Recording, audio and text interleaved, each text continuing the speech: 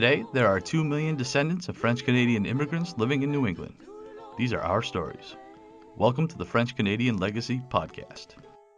Venez tous jeunes filles et garçons, je vais vous raconter l'histoire de notre immigration ici au USA, de grands aventuriers, de pays étrangers.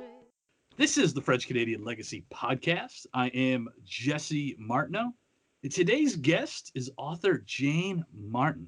Now, Jane earned her MFA in creative writing from the University of Michigan and has an MA in drama from Tufts University. Following her MFA, she was a Fulbright Fellow, which is very awesome, at McGill University in Montreal, where she researched her Quebecois heritage. Her fiction and essays have appeared in the Southern Review, the Michigan Quarterly Review, the Massachusetts Review, Contemporary French Civilization, and other journals. She is currently the fiction editor for Resonance, which is a journal we've previously spoken about on this podcast, and she currently teaches writing at McGill University. Jane, welcome to the French Canadian Legacy Podcast. Thank you so much. Great to be here. Thank you. Cool. I'd like to start with your background. So where did you grow up? I grew up in Biddeford.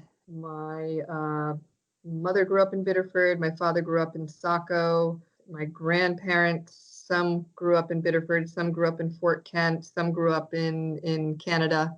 All my great-grandparents came from Quebec, but I grew up in Biddeford. So you had the French-Canadian descent on all sides? Yes. So all 8 great-grandparents, either Quebecois, Acadian, there's some Iroquois as far as I understand. Oh, wow. So some Acadian on my mother's side, Iroquois on my father's side, and other than that, all Quebecois, really. That's cool. Now, so how many of your grandparents spoke French in the house, and how about your folks? Did they speak French like growing up?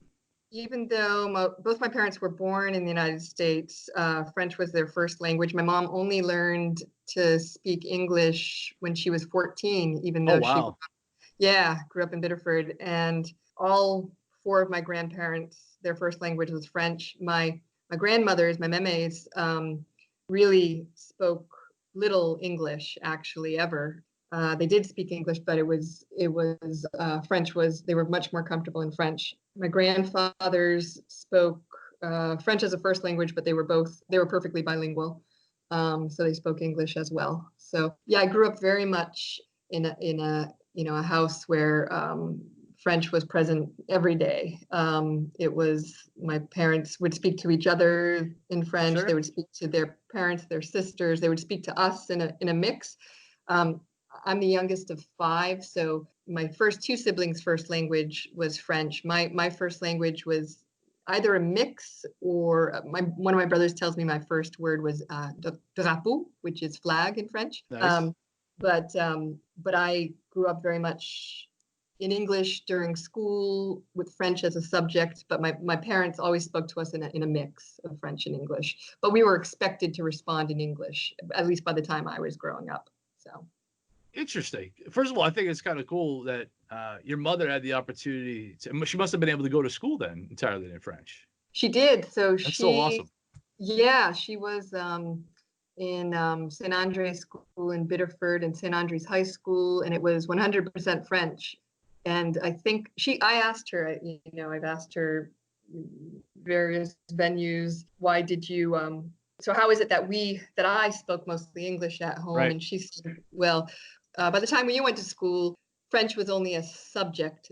My sister, who's 10 years older, French, I think she went to school half-day French, I believe, or something like that.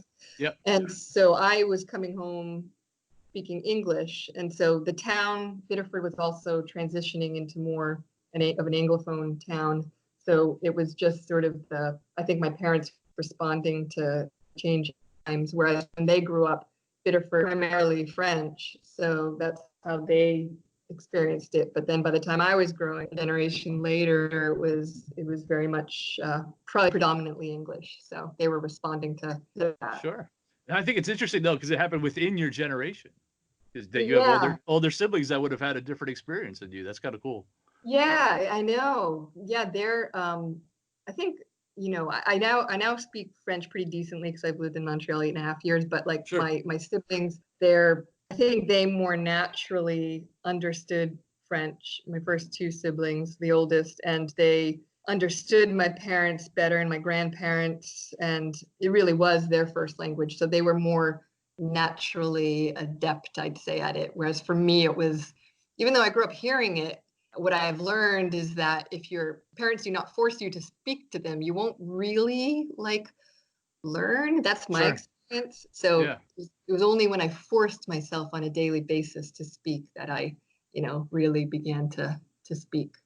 First of all, what made you decide to go up to Montreal to go to school? Was that a conscious effort, given your Franco-American background, to be like, I would love to go to live in Quebec for a bit? I've been living in Boston for years, and I started to go up to Montreal. I went actually on a white water rafting trip. And it was the first. Now I had grown up, my mom talking about going to school in Montreal, and Sure. it was sort of like this, I don't know, this like family kind of, mythology or something. I just knew my mom had gone to school in Montreal, and but it never hit me until I went like on this trip to Montreal for this white water rafting trip, and I started walking around the city, and I heard my parents' accent, in the people around me. Absolutely, right.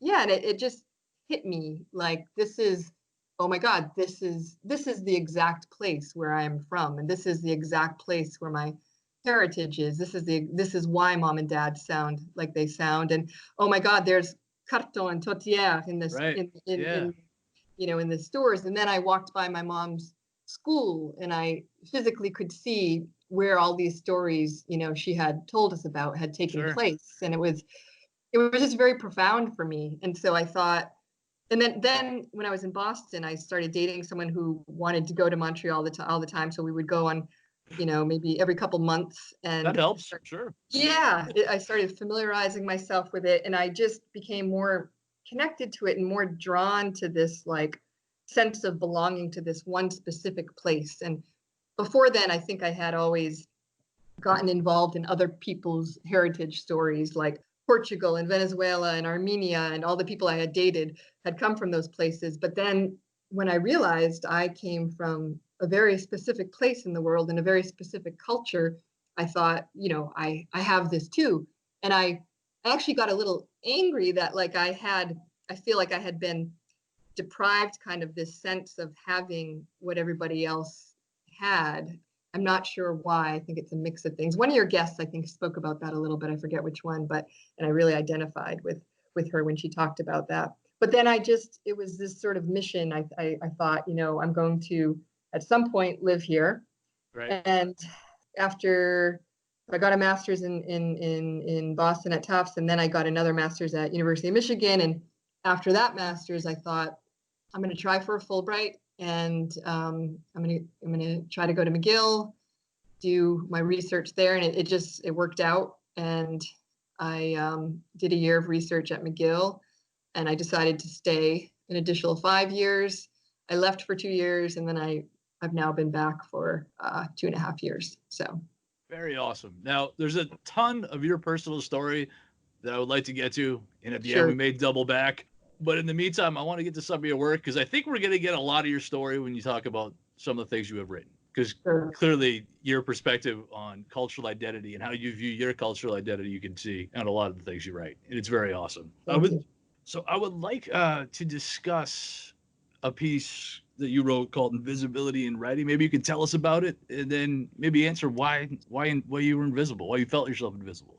I had written a short called Wayward, Landmass for the North American Review. They asked me if I would be interested in writing a blog piece kind of related to that short story. And so I wrote this little essay and called Invisibility in Writing. And I've been thinking, I think because, let me see, there's so much talk, especially in Canada, about being a visible minority, for example. So someone whose heritage is, something other than, I guess, European based, or, would be identified as a visible minority.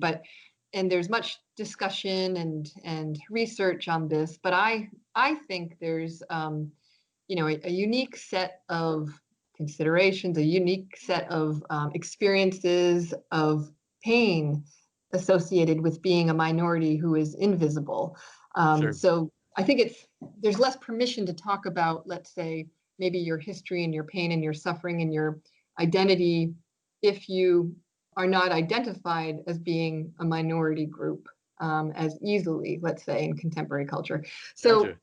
yeah, I had been thinking about that. And so that piece was just trying to discuss maybe some of the unique pains of being someone who identifies very much as a minority. We are, if you're Quebecois, if you're Franco-American, if you're French Canadian, you are very much an ethnic minority in North America, but we're not always identified. We're sort of like we're this group of like some, whatever you call it, some big, white identity, but we don't really fit this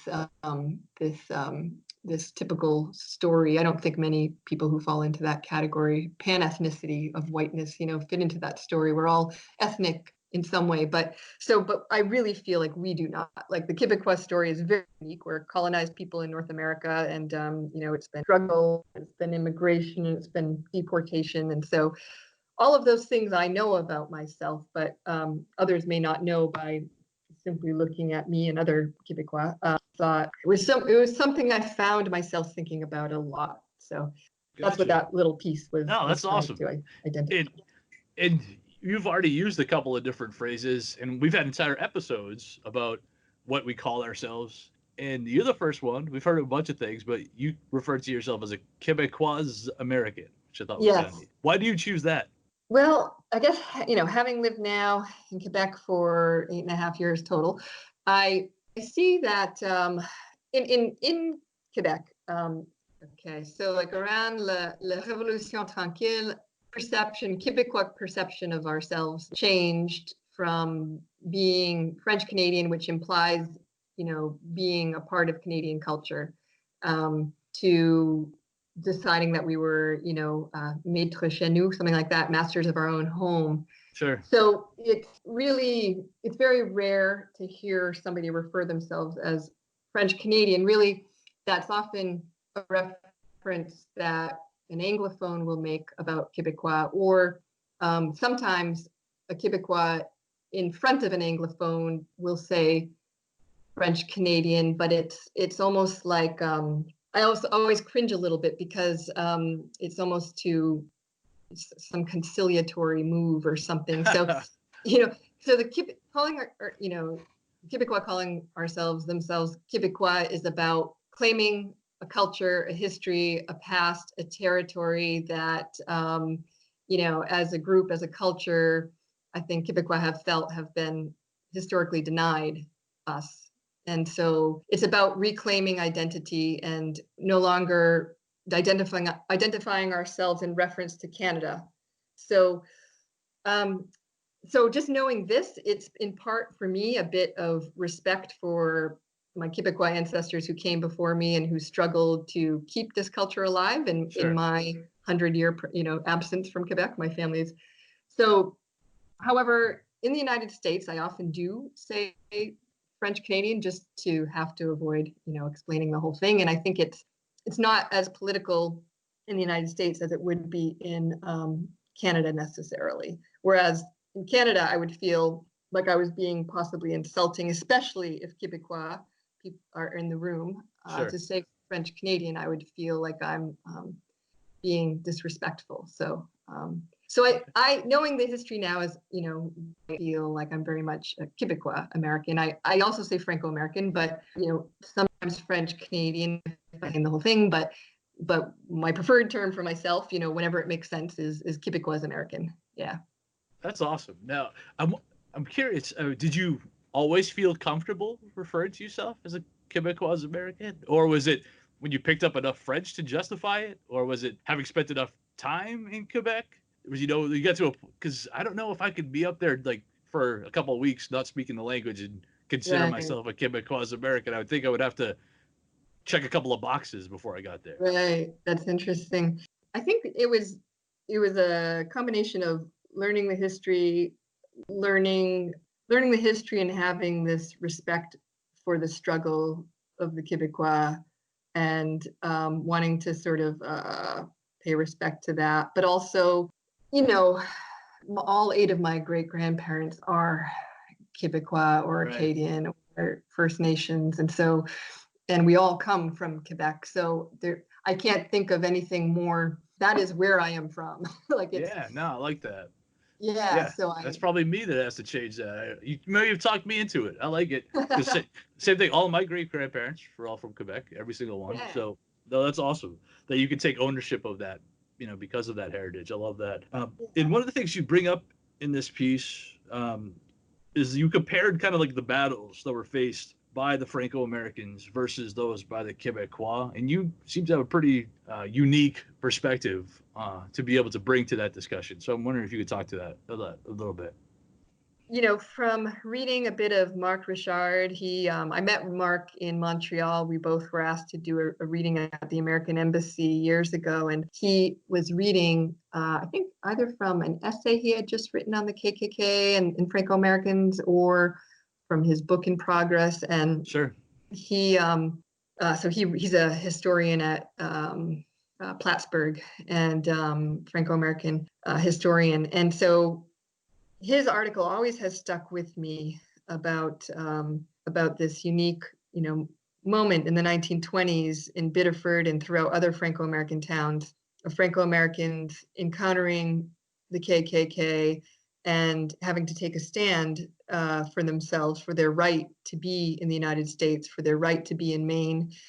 And it just really struck me. And I think in this piece, I write about it because it's almost like, look, this is, maybe there's an aspect of our identity that is, by contemporary cultural standards, invisible, although I don't think it is. But look at this unique story. We, as this ethnic minority group, were pursued by the KKK, and we stuck up to them, and we kicked them out of Biddeford. My grandparents and their friends, they wouldn't let the KKK cross the bridge from Saco to Biddeford, and they threw them out. And I think my father had told me one time that, in fact, Franco-Americans threw one of the KKK guys in the water in the Saco River.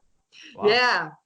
So there was a lot of resistance, in just sticking up for themselves. And I thought, that's so heroic, and it must have been so scary, but it's also this beautiful sense of self-respect and indignation, and having come just from Quebec, where as Quebecois, there was so much oppression, and that in part led to this mass migration, these unfair rules against our ethnic group in Canada, which led to, in part, this mass migration for survival to the United States. And then we come here, and then we're met by this group of hatred, and the reaction is to stick up for ourselves and throw this guy in the river and not let these people cross the bridge into our town. And it was just it was so beautiful. And then there's a point in the essay where I talk about, unlike our Quebecois kin, Franco-Americans would evade decades of additional exploitation and suppression in Canada.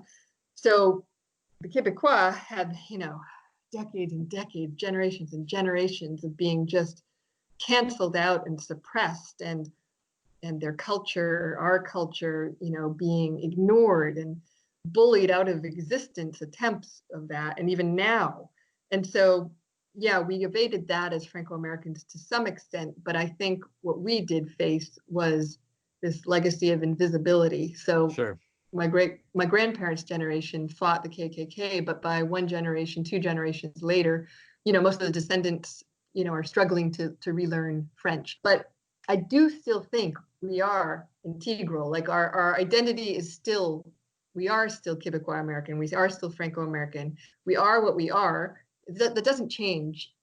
You're not less whatever you are, Armenian American, Hispanic American, Korean American, if you don't speak the language. In my mind, you are what you are. Your heritage is what it is. Your grandparents came from where they came from.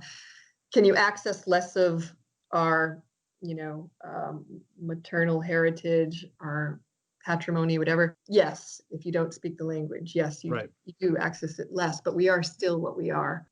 I'd like to move on to A Wayward Landmass, which is a story that you wrote, which is very, very cool. Maybe you just tell us what the story's about. That was, I believe, so the first piece of this series that I wrote with the same protagonist, Corinne Roux. And it's about Corinne Roux, who is fairly new to Montreal, and her Franco-American, her elderly parents, come take a visit to Quebec, and the three of them, not to Montreal, but to her grandfather's birthplace, and her grandfather's, I believe her grandfather's and her grandmother's birthplace.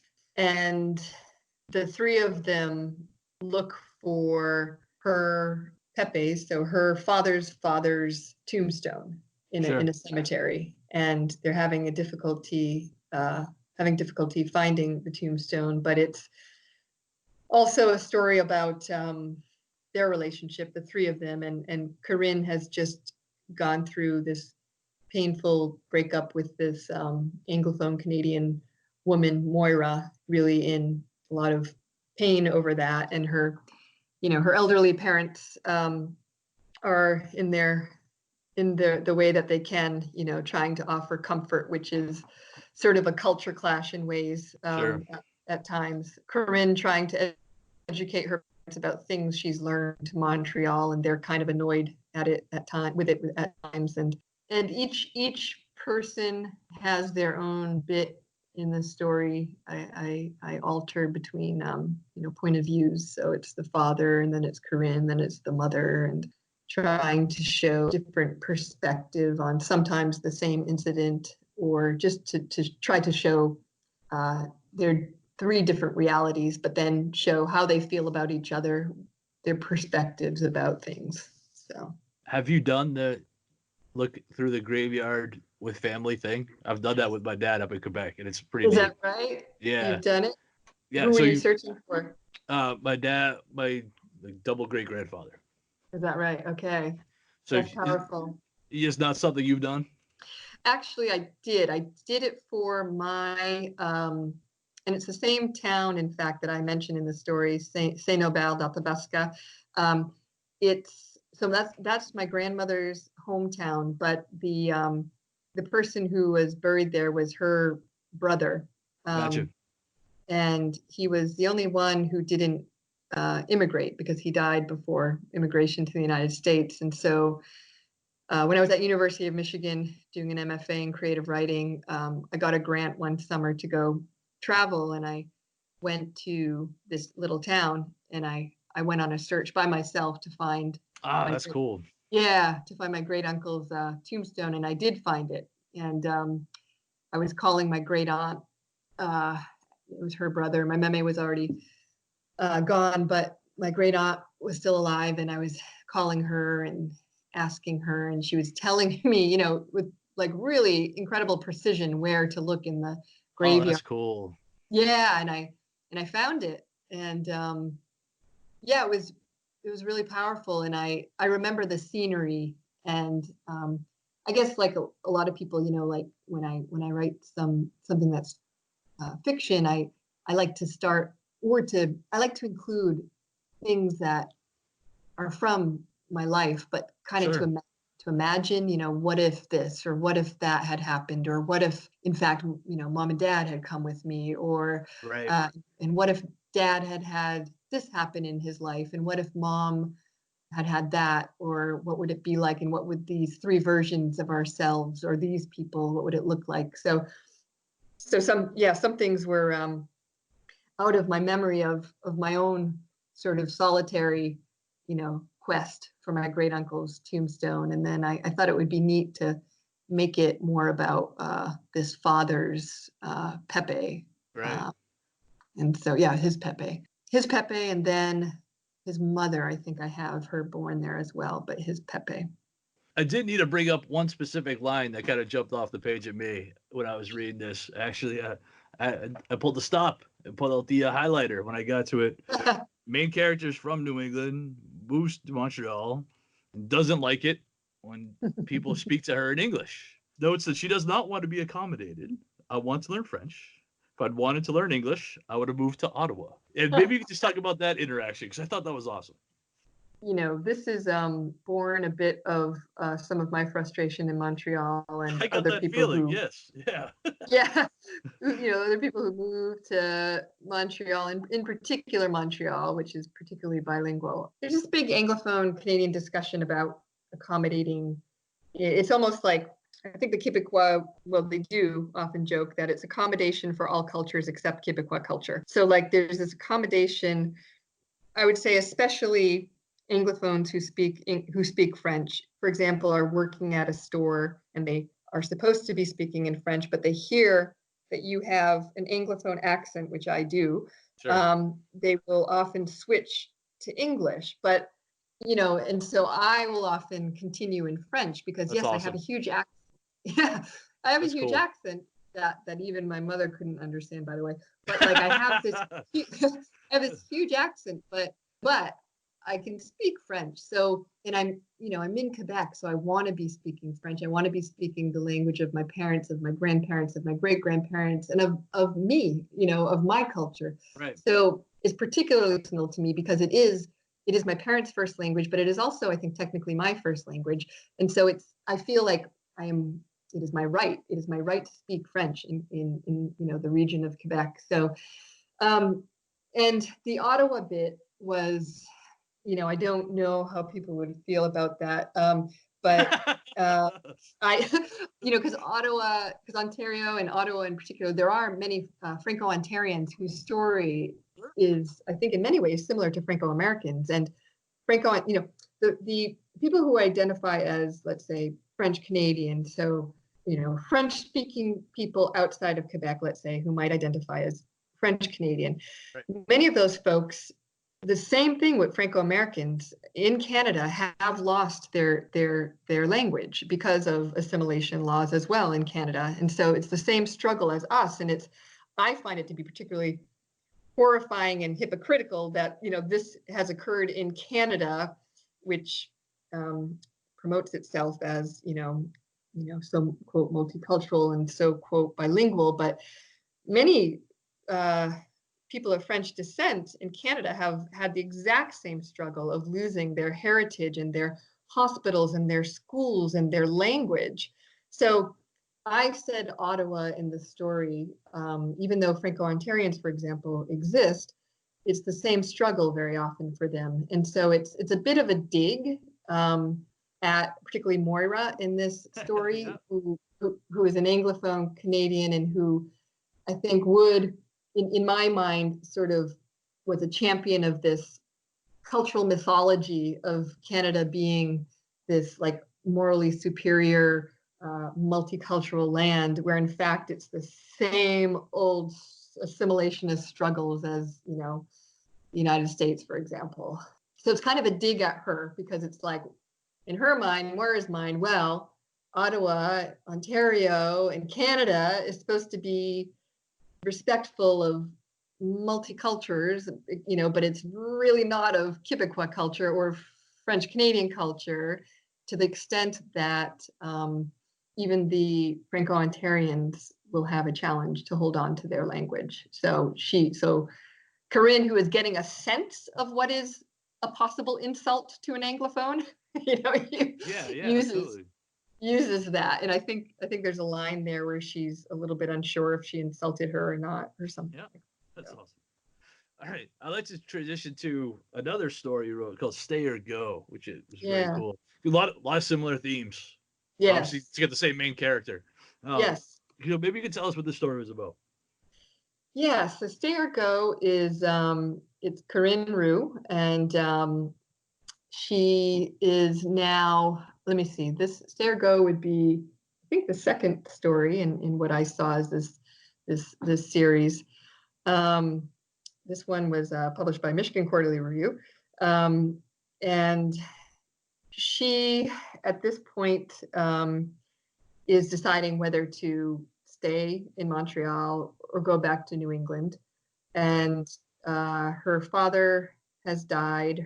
She's having some tension with her family members. She's working as a project manager for a software company and sort of running into this, this kind of Anglophone Canadian sort of mythology of itself being this promoter of, superlative promoter of multicultures. And so she's running into that at work and kind of pushing against the hypocrisy, which she sees as the hypocrisy. She's dating a Quebecois American, who's an artist and kind of a troubled person in her own right. And the two are trying to form some relationship amidst much chaos and much emotional chaos, much family chaos on both sides. And Corinne is just simply going back and forth. Do I stay? Do I go? Where do I belong? Where am I most myself?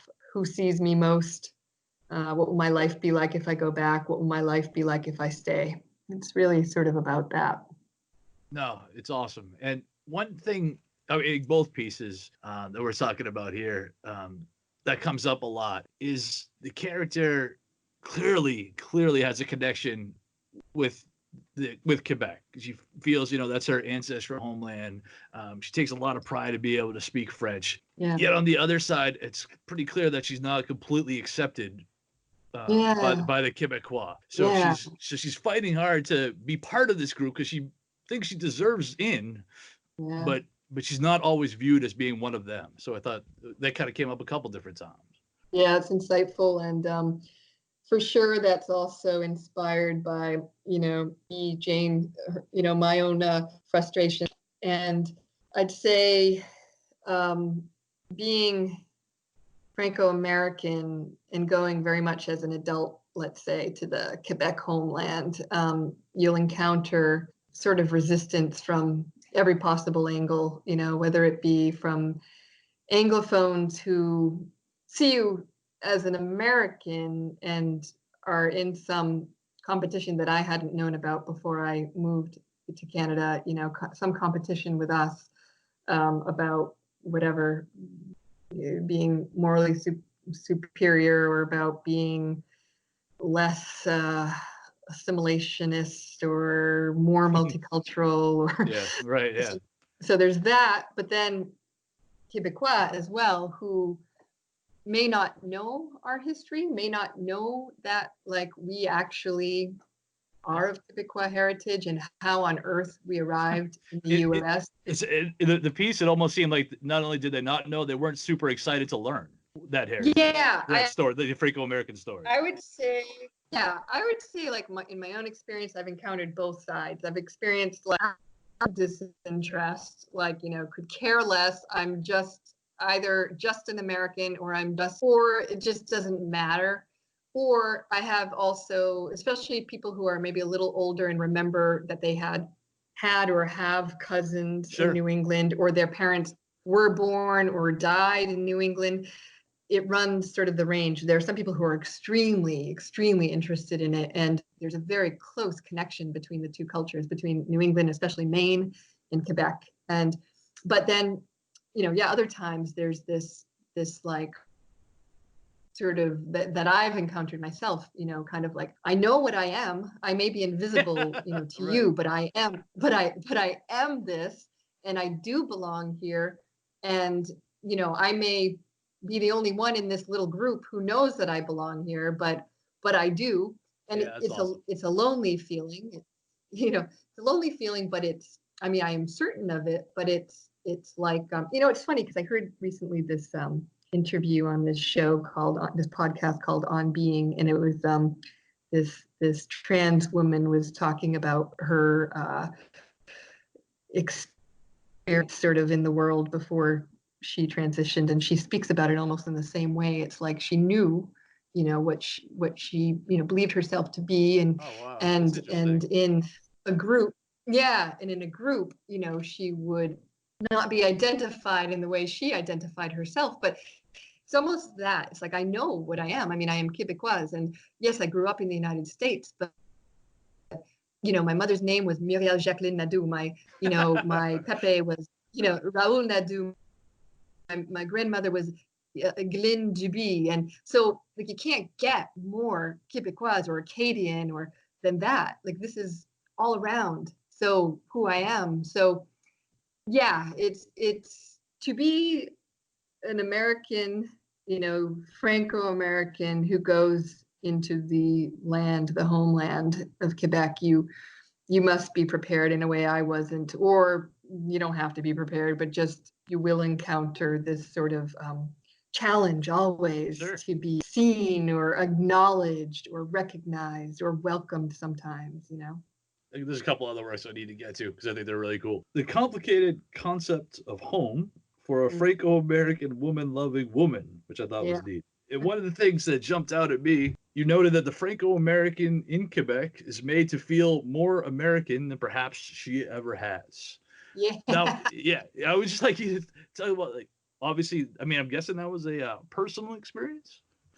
Yeah, I think it's sort of like a little bit of what I was kind of mentioning. It's but because I was born in the United States, and I am American, like I'm American of Quebecois. Quebecois of American of Quebecois heritage, but right. But I hadn't really thought much about what being American was. I wasn't forced to think about it much until I moved to Canada, so to another country. And I think Abby Page, I think I heard her speak a little bit about this too. Like, until someone is constantly reminding you that you are not them, or you are not born there, or whether it be an Anglophone or Quebecois, I would say it comes much more from the Anglophone community. That's how I've experienced it. I've been many times from, I remember working this technology company for 5 years after my Fulbright, and it was an Anglophone company. And I think I mentioned this in the essay, it was the weekend of the Boston bombing. Yeah. And people were saying things. It was so insensitive. Like people were going around saying like, God, the Americans, one little boy dies and they send out the National Guard. Like, God, they're so violent. They just like come out with these guns after whoever. But like I had a niece living there. I had 2 brothers not far from there. I had lived in Boston for 11 years. I had tons of friends, and many, many people at the company knew I was American. So it was sort of like, at that moment, it was sort of like a disregard for my American heritage being something worthy of any respect. It's like if you're American, you're not worthy of the same respect as another immigrant, because you're just an American, and we have I think most people think they have every right to bash Americans, and that there's no human feelings associated with that identity. And so that's part of it. But and so I felt in those moments, I felt very American, because it's like, my God, this is where I was born. This is where my family is. And, I'm tied emotionally to this place, and people that I know might be hurt. So, you're not being human to somebody who is in pain right now, me. And if I knew that something had happened in the country where you are from, or, I would, just out of respect, like say, is your family okay? Are you okay? So it's moments like that where I was like, well, either through being ignored or whatever, it forced me to identify with being an American. Or other times, simply saying, oh yeah, I grew up in Maine, and, people saying, oh, I'm sorry that you are from the US, or, oh, that's too bad that you're from there. Or one time I remember saying I was homesick, and a Quebecois guy, just wouldn't let it go. Like, homesick for what? Like, why on earth? Geez. Like, why? Like, why would you be homesick for the United States? It's such a horrible place. It's like, my God, like if we're going to go there, then like, if we're going to talk only about the worst stereotypes of any country, then we can pull that out for any country possible. Of course. So it was like those moments where even sometimes, rarely, but sometimes saying the most simple thing, just identifying where I'm from, will like unleash this like rage of my country toward me. Oh, and I'm wow. just like trying to eat like my, little rice or something. Yeah, right. So yeah. No, the one story that comes up in this, I'm going to have to ask you to tell because it reminded me very much of something that happened to me, my dad, and my uncle when we tried to go find some records in a church. Okay. And the person who we talked to did not expect to see us show up at the door and had a very funny reaction. And you write about that in this piece. I think it's the very beginning when I go to. Yeah, you're looking for your grandmother's birth certificate. Yeah, and it's near Victoriaville. It's Saint-Aubert, d'Arthabasca. The woman, I remember I went to this little dépanneur. We say it's like a little corner store, and it was right near the church. And I said, because I had knocked on the church door, no one was there. I went to the dépanneur and I said, do you have any idea how I can contact someone with the church? I actually forget her name, but they said a name. It's like, Sandra or something like this. Yeah, she takes care of the church when the priests aren't there. Let me call her. And so they called up this woman. She met me. She lived like a block away. She met me in front of the church, and I told her who I was. Like, my grandmother was born here, and I'm just curious if her birth records are there, if I could just see. And she, first of all, she did end up helping me, and I did find them. But her reaction, I don't remember if it was before or after, but her reaction was because I was speaking French, and she said, right. How is it that an American can speak French?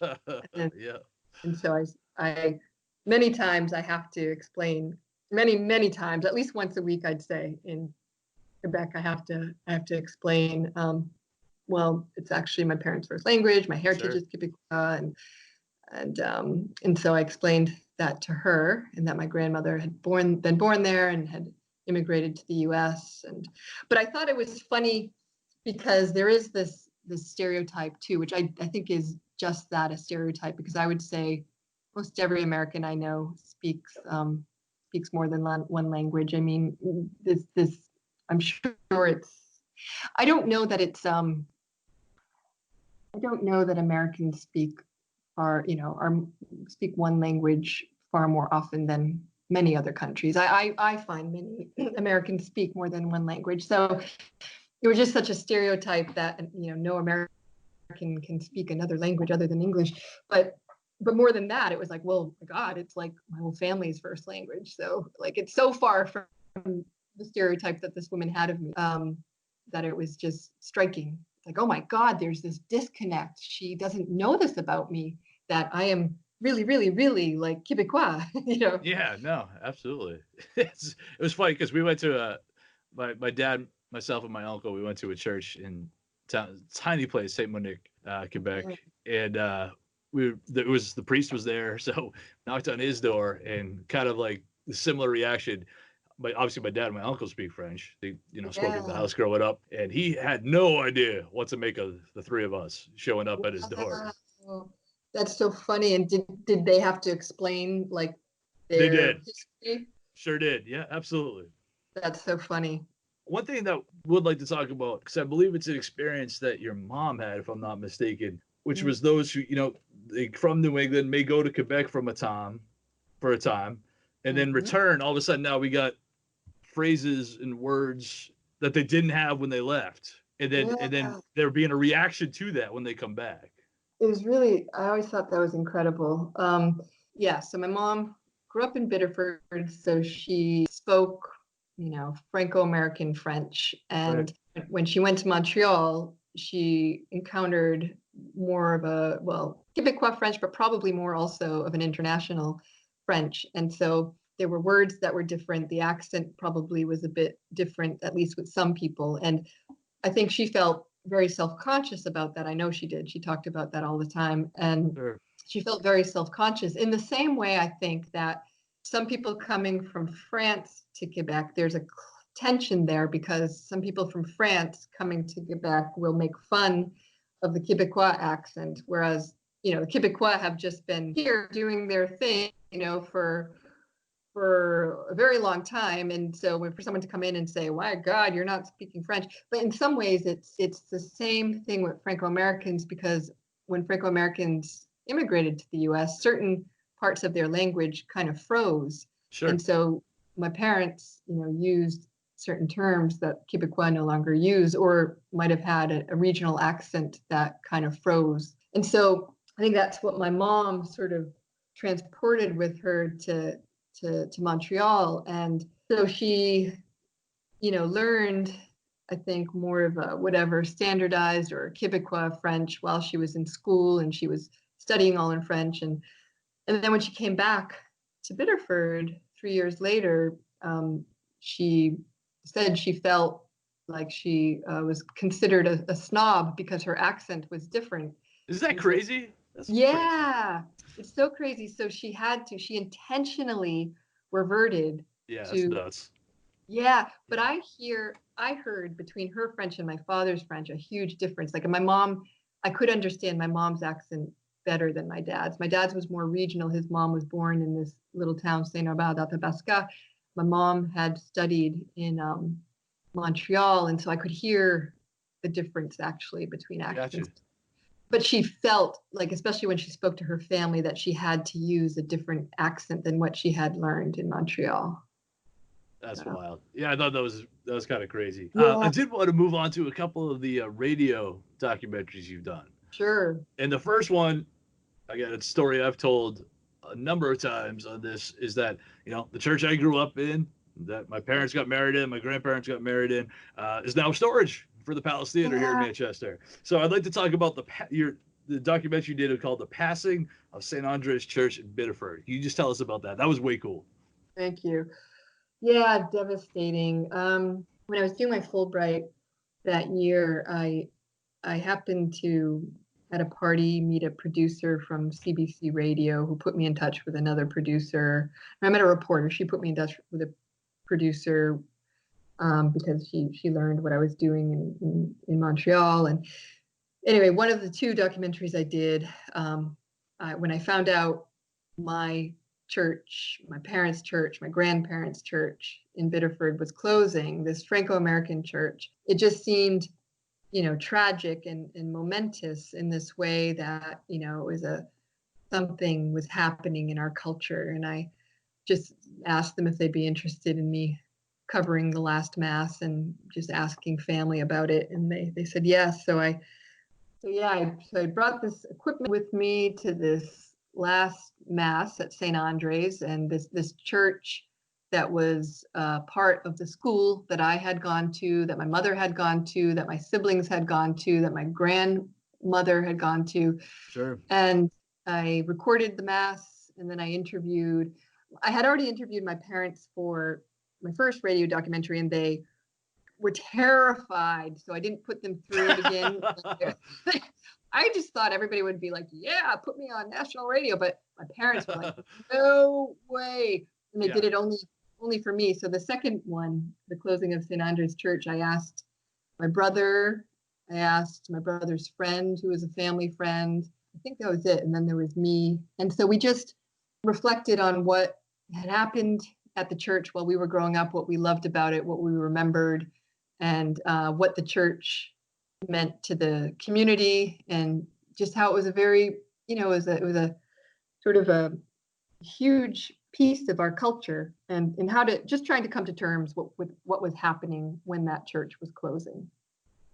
One thing I found super interesting and absolutely rang true from my experience, those that viewed it, as a passing, that had absolutely nothing to do with whether or not they still practice the faith. That's very true. Even those who had nothing at all to do with the Catholic Church anymore still viewed it with the same amount of sadness. You know what? That's incredibly true. And it's funny because it just came to mind. It's almost like the same thing as feeling like an American, even when you didn't know you felt like an American, when, you're in Quebec, and people say certain things to you. That's how I felt with the closing of the church, because even though I hadn't gone regularly to Mass for years, I recognized it as a part of me and my culture and my family's culture. And so did Robbie, my brother, who, did not identify with the church. And he's married to, his partner, Steve, and he, didn't feel really welcomed, I think throughout whatever his marrying Steve and all this stuff. But he absolutely, I think, felt the same thing that I felt, and my parents felt, which was there's something very sad and important and happening here to our culture and to the passing of an important aspect of our culture, and we want to be present for it, and we all were. Yeah, I agree. It was something that was so fundamental to our identity. It didn't matter if we had gone recently or not, to that mass, to that church. Sure. No, I think that's so awesome. I'm very jealous that you got to have that experience. I was not around when okay. St. George closed. But right. No, that's awesome that you got to be there. You got to hear the last homily. That's very neat. I think that's very cool. Yeah. I mean, obviously, this has been a blast, by the way. But before we go, I got to touch on the radio documentary that you previously mentioned. I think that's a cool way to kind of end up. Sure. How did that? Can you tell us what it's about? How did that come about? Obviously, you conducted interviews with the folks, and that's super cool. Yeah, thanks. That was the first one I did. So after I met this reporter who put me in touch with this producer, I called her up. I said, "Hey, I'm Franco-American. I'm here studying for a year, and this is who we are." And she said, "There's a story here. Come in, talk to me, make some notes." And I said, "I'd like to go and interview my parents and my great aunt, my father's aunt, who was the last remaining person in her family, the last person born in Quebec of my father's family."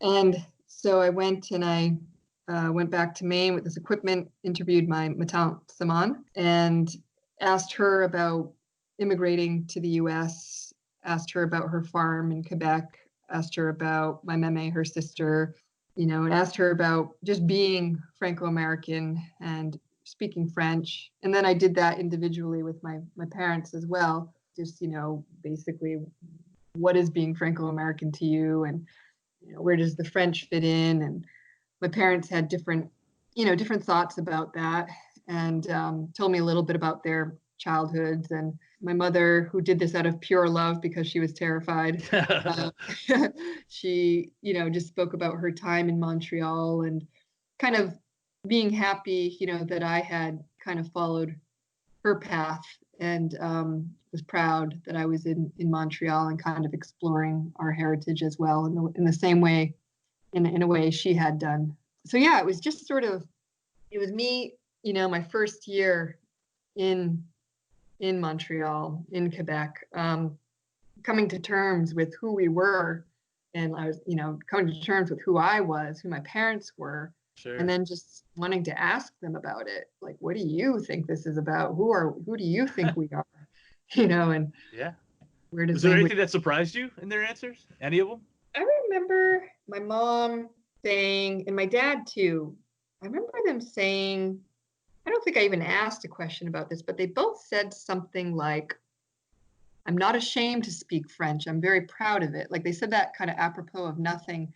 And it made me realize, oh my God, they had felt ashamed. Yeah, there's a lot behind that for sure. Yeah, because I was like, well, of course you wouldn't feel ashamed. But I realized, oh my God, they had felt ashamed because their stance was to be apologetic, to feel lesser than other people because of their heritage, because of their ethnicity, because of their first language. But them seeming to come to terms, especially when asked directly by their daughter, who might not have grown up with the same shame or awareness that there was that shame. I think now, living 8.5 years in Quebec, I understand that shame better because I know the history better and I see it manifested. But that was this sort of beautiful, vulnerable, and sad moment. But it was like almost this moment where I wanted to just encourage my mother to be even more proudly who she was, because she was admitting this vulnerability, and this vulnerability where I, would have hoped there would have been pride, and there was pride, but I saw there's like this window into her history that I hadn't quite understood fully. This struggle that she and my father and my grandparents had gone through, that was sort of beautiful and sad all at the same time. And I was glad to be there to maybe, encourage, like, pride in who she was, but it was also like, oh my God, you've suffered, and I'm sorry. That's so much in that. That's so amazing that you're able to capture that. That's so great. Thank you. That's a very cool. And last on this, one thing you mentioned is that you moved to Montreal for school, but that you never want to leave. And I'm assuming, so I'm going to check in with. Do you still feel the same way? What makes you have a tie to that place that you didn't have even for like Biddeford? I'd say it comes and goes. I did leave. I left after 6 years. I lived with my mom in Biddeford for 2 years, and I fell in love with Biddeford all over again. And then I moved back for a bunch of really reasons I don't really understand, but it was spur of the moment. And I've been back 2.5 years, but I do go back and forth all the time about whether to stay or go, just like Corinne Roux. But I think I now feel like I'll always have this link, even if I return to New England. I'll always have this link with Montreal because it became my city. Quebec became my homeland in this time. I learned so much about it. I studied so hard, our history. I studied French. And so I now have access to our culture in a way I didn't have. So, whether or not I stay there, I do see myself back in New England at some point. I'm still so homesick for, I don't know, for the beaches and for like my certain family members, just like my aunts and my cousins. Sure. So, but I see it a little differently now. Like, I just see it as like, even if I leave, like Montreal and Quebec is much more a part of me than it ever was. And it just will always be. So, and I'll always have access to it. I'll always go back, visit. That's awesome. More complicated than the statement I made in that, but also more kind of integrated into me, than it was. Sure. Yeah. I think it's awesome that it's a more complicated answer now. Yeah. I think that's super telling. It makes life super interesting, actually, the fact that it's a more complicated answer. I love that. No, this has been a blast. This is way cool. So where can we send people if they want to read your work? My work is published in a bunch of different literary journals. It's published in independent, literary journals. I don't have an anthology yet, but I can send you that list again. Sure. If that's we'll make sure to include that. I just want to make sure that we can link it so that people get access to it, because it's way neat. Well, again, this has been author Jane Martin. Jane, this has been an absolute blast. Thank you so much for joining the podcast. Thank you so much. It was super fun. Thank you. Now our fathers look at us and sigh with despair, to think that everything they love we simply do not share. But the spirit never dies, our culture will survive. Each of us must choose how much to keep alive. Each of us must choose how much to keep alive. Special thanks to Josie Vachon for providing the music. You can find more about her at josievachon.com. This podcast was produced and edited by Mike Campbell. If you have any questions or comments, please email us at fclpodcast@gmail.com. You can also follow us on Facebook, Twitter, and Instagram at FCL Podcast for more information about the topics discussed. If you enjoyed the show, please subscribe and leave us a review on iTunes or wherever you listen to this episode.